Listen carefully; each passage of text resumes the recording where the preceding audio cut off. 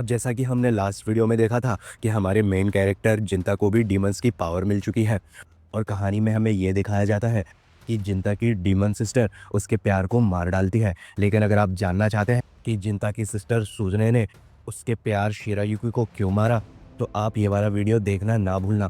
फिर आगे कहानी में हमें ये पता चलता है कि जिंता का नाम अब जिनिया हो चुका है और अब वो एक जर्नी पर निकला है जिसमें वो सारे डीमंस को मारने वाला है। अब उसके पास एक स्वॉर्ड भी है और अब वो एक रोनिन बन चुका है जो कि डीमंस को कुछ पैसों के लिए मारता है। अब देखते हैं आगे। अब एपिसोड की शुरुआत होती है 1853 में और हमें दिखाया जाता है एक गांव, और उस गांव में एक नया रेस्टोरेंट खुला है और हमारा मेन कैरेक्टर जिंता यहाँ पर नूडल्स खाने के लिए आया है। और हमें ये बताया जाता है कि ये लगातार 5-6 दिन से सिर्फ यहीं खाना खाने आता है, जबकि वो इतना कोई अच्छा भी नहीं बनाते हैं। फिर यहाँ का शेफ जिंता से आकर पूछता है कि तुम्हें यहाँ ही क्यों आना होता है, जिसका जिंता कोई जवाब नहीं देता और अपना नूडल्स खाता रहता है। अब उसकी एक बेटी भी होती है जिसका नाम होता है तोफू, और वो कहती है अपने पापा से कि पापा उसे डिस्टर्ब मत करो, यही एक हमारा कस्टमर है। ये शेफ कहता है कि मैं सिर्फ इसके मज़े ले रहा हूँ, उससे ज़्यादा कुछ भी नहीं। और हमें ये बताया जाता है कि ये शेफ और उसकी बेटी गाँव में नए आए हैं और उन्हें यह जगह काफ़ी चीप प्राइस में मिल गई थी। अब वो शेफ उससे बात करते हुए कहता है कि तुम डीमंस को मारते हो, तो तुम्हारे हिसाब की मेरे पास एक न्यूज़ है। इस गांव में एक स्लैशर नाम का बंदा है जो कि लोगों को मारता है, लेकिन जितने लोग मिस होते हैं उतनी बॉडीज रिकवर नहीं होती, तो ये एक मिस्ट्री है। तो ऐसा माना जा रहा है कि जो स्लैशर है वो एक डीमन है, तो अगर तुम चाहते हो तो तुम उसके पीछे जा सकते हो। हमारा जिंता भी इस केस में इंटरेस्टेड होता है और इस मिस्ट्री को सॉल्व करने के लिए निकल पड़ता है। अब वो इस ब्रिज पर पहुंचता है और उसको कुछ क्लूज मिले हैं जिसके कारण वो इस ब्रिज पर आया है, और इस ब्रिज पर कुछ देर वेट करने के बाद उसे लगता है कि आज ये स्लैशर नाम का बंदा आने नहीं वाला है। तभी उसे एक आहट महसूस होती है और वो एक डीमन को सेंस कर लेता है। वो भाग कर जाता है और ब्रिज की दूसरी तरफ पहुंच जाता है, लेकिन वहां पर उसे कोई डीमन नहीं दिखता, लेकिन दिखती है कुछ डेड बॉडीज जो कि स्लैश्ड होकर पड़ी हुई है। और वो एक चीज़ नोटिस करता है कि ये डेड बॉडीज सिर्फ और सिर्फ मेल्स की है और फीमेल्स की कोई डेड बॉडी नहीं। लेकिन वो इससे पहले एक चीख सुनता है जो कि एक फीमेल की होती है, लेकिन वहाँ वो कोई फीमेल बॉडी को आइडेंटिफाई नहीं कर पा रहा था। तो एक बात तो वो समझ गया था कि ये सिर्फ मेल्स को मारता है और जो बॉडीज़ नहीं मिलती है वो फीमेल्स ही हैं, तो वो फीमेल्स को किडनैप कर लेता है। तभी हमारे जिंता पर पीछे से एक अटैक होता है, लेकिन ये डीमन अपने आप को गायब कर सकता है, तो जिंता उसे देख नहीं पाता। ये जिंता पर वापस से एक अटैक कर देता है और हमारा जिंता घायल हो जाता है। अब हमारा जिंता सीरियस हो चुका है, वो डीमन फॉर्म में ट्रांसफॉर्म हो जाता है और वो कहता है कि ये एक अच्छी जगह ही है क्योंकि यहाँ पर कोई और उसे इस फॉर्म में देख नहीं सकता, तो वो अब अपनी फुल पावर से लड़ सकता है। और जैसे ही वो उस डीमन पर अटैक करने वाला होता है, वो डीमन वहाँ खड़ा हो जाता है और अपने आप को सरेंडर कर देता है। वो बोलता है कि मैं स्लैशर नहीं हूँ, मैं खुद भी उस स्लैशर डीमन को ढूंढ रहा हूँ। लेकिन हमारे जिंता को भरोसा नहीं होता। अब ये डीमन कहता है कि उसे उससे बात करनी है, लेकिन यहाँ पर नहीं कहीं और। अब ये डीमन उसको अपने घर ले जाता है और वो उसे बताता है कि मैं एक डीमन हूँ, लेकिन मुझे वायलेंस और खून खराबा पसंद नहीं है, तो मैं लोगों से अलग थलग रहता हूँ और मैं एक ह्यूमन फॉर्म लेकर रहता हूँ और मेरी उम्र लगभग 100 साल से भी ज़्यादा है। जिंता कहता है कि तो तुम एक सुपीरियर डीमन हो। ये डीमन कहता है हाँ मैं एक सुपीरियर डीमन हूँ। लेकिन जिंता कहता है कि तुम इतने वीक कैसे हो। तो ये बताता है कि वो एक सुपीरियर डीमन होने के बावजूद भी वो वीक ही है क्योंकि वो फिजिकली स्ट्रांग नहीं है, बट उसकी पूरी एबिलिटी जो कि उसे गायब कर देती है, उसकी पावर उसी में कंज्यूम हो जाती है। और फिर वो बताता है कि कुछ डीमंस ऐसे भी होते हैं जो सुपीरियर होने के बावजूद भी फिजिकली काफ़ी ज़्यादा वीक होते हैं, और वो भी उन्हीं वीक डीमंस में से एक है। अब चिंता पूछता है कि तुमने बोला कि तुम स्लैशर नहीं हो और तुम भी स्लैशर को ढूंढ रहे हो, तो स्लैशर और तुम्हारा क्या पंगा है।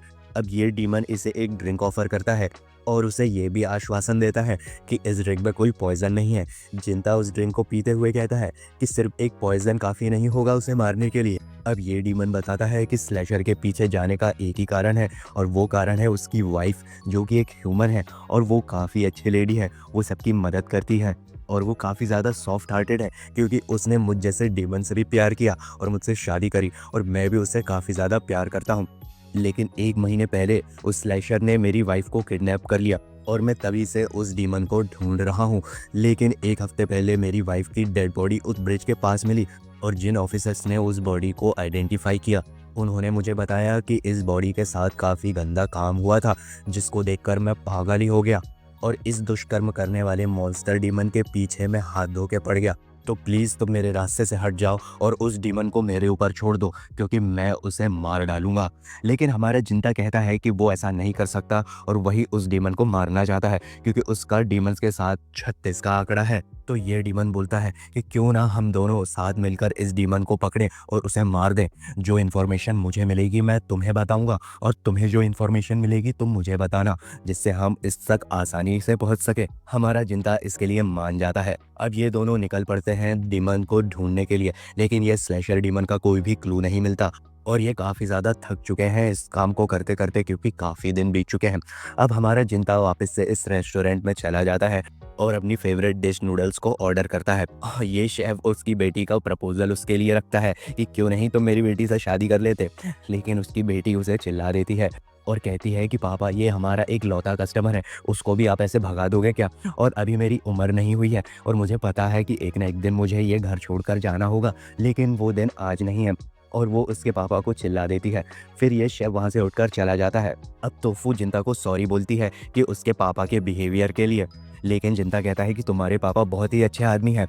अब तोफू उससे पूछती है कि क्या मैं तुमसे कुछ पर्सनल पूछ सकती हूँ, और पूछती है कि तुम्हारे पापा कैसे थे और तुम इस प्रोफेशन में कैसे आए। जिंता थोड़ी देर तक तो जवाब नहीं देता, जिससे टोफू डिसअपॉइंटेड हो जाती है। लेकिन तभी जिंता बताता है कि उसके फादर थे और वो उसकी एक सिस्टर को काफ़ी ज़्यादा पीटा करते थे, लेकिन एक दिन वो अपनी सिस्टर को लेकर भाग गया।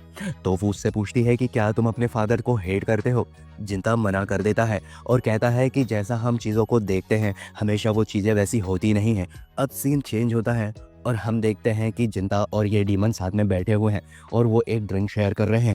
तभी जिंता इस डीमन के सामने कन्फेस करता है कि जैसा वो डीमन उसे समझ रहा है वो इतना कोई बड़ा आदमी नहीं है, बल्कि वो अपनी एक पर्सनल ग्रज के कारण डीमंस को मारता है और डीमंस को मारकर वो कुछ पैसे कमाता है और वो ड्रिंक भी उसी पैसे से लाया है वो। तो क्या तुम्हें कोई प्रॉब्लम तो नहीं? ये डीमन कहता है कि मुझे कोई प्रॉब्लम नहीं है, क्योंकि वो डीमंस अलग है और मैं अलग हूँ।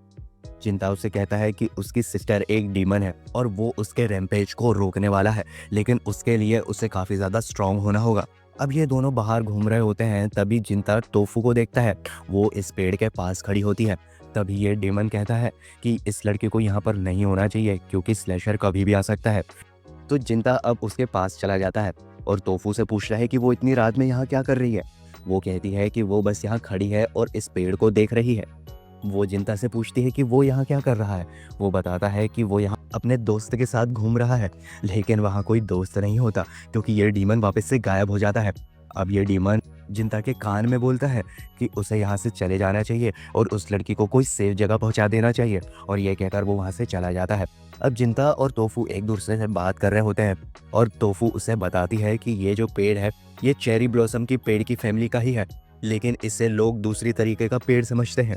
अब जिंता कहता है कि ये ना चेरी ब्लॉसम पेड़ बन पाया और ना ही दूसरी तरीके का पेड़ बन पाया, और इस पेड़ के लिए कितनी शर्म की बात है, मुझे इसके लिए बुरा लग रहा है। लेकिन तभी टोफू उसे टोकती है कि भले ही तुम्हें कुछ भी लग रहा हो कि ये पेड़ चेरी ब्लॉसम नहीं बन पाया या फिर कोई अन्य पेड़ नहीं बन पाया, लेकिन हमारे कुछ भी लगने से इस पेड़ को कोई फ़र्क नहीं पड़ता, क्योंकि हर साल जब भी स्प्रिंग्स आएंगी इस पेड़ में वापस से फूल खिलेंगे। तो तुम्हें इसके लिए बुरा मानने की कोई ज़रूरत नहीं है, क्योंकि ये पेड़ अपने आप में एक सक्षम है और ऐसे ही हमारी लाइफ्स भी होती है, तो हमें इस पेड़ से कुछ सीख लेनी चाहिए।